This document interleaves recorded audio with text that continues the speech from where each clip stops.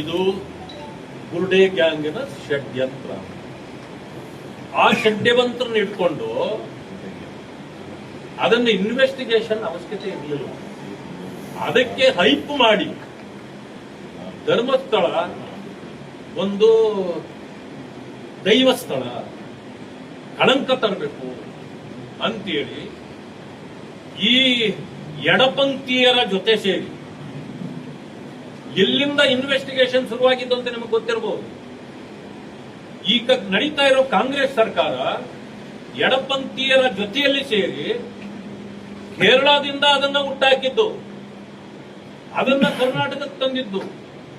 ಮುಖ್ಯಮಂತ್ರಿಗಳಾಗಿದ್ದ ಸಿದ್ದರಾಮಯ್ಯನವರು ಆವತ್ತು ಹಿಂದಿನ ದಿನ ಕೇಳಿದ್ರೆ ಹೇಳ್ತಾರೆ, ಯಾರೋ ಹೇಳಿದ್ರು ಅಂತೇಳಿ ಇನ್ವೆಸ್ಟಿಗೇಷನ್ ಮಾಡ್ಸಕ್ಕಾಗುತ್ತಾ,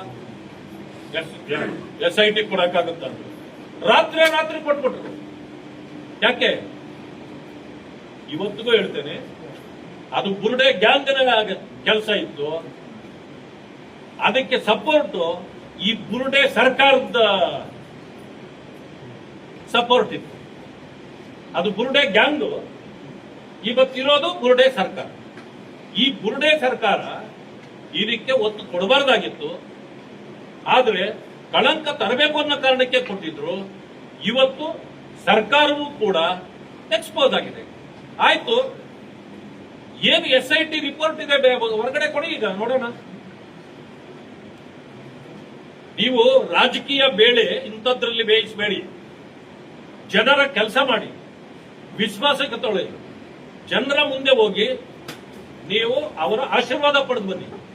ಈ ರೀತಿ ಕಳಂಕ ಹಚ್ಚಿ ಹಿಂದೂಗಳಿಗೆ, ಹಿಂದುತ್ವಕ್ಕೆ, ದೇವರುಗಳಿಗೆ ಕಳಂಕ ಹಚ್ಚಿದ್ರೆ ಕಾಂಗ್ರೆಸ್ ಸರ್ವನಾಶ ಆಗೋಗ್ತದೆ.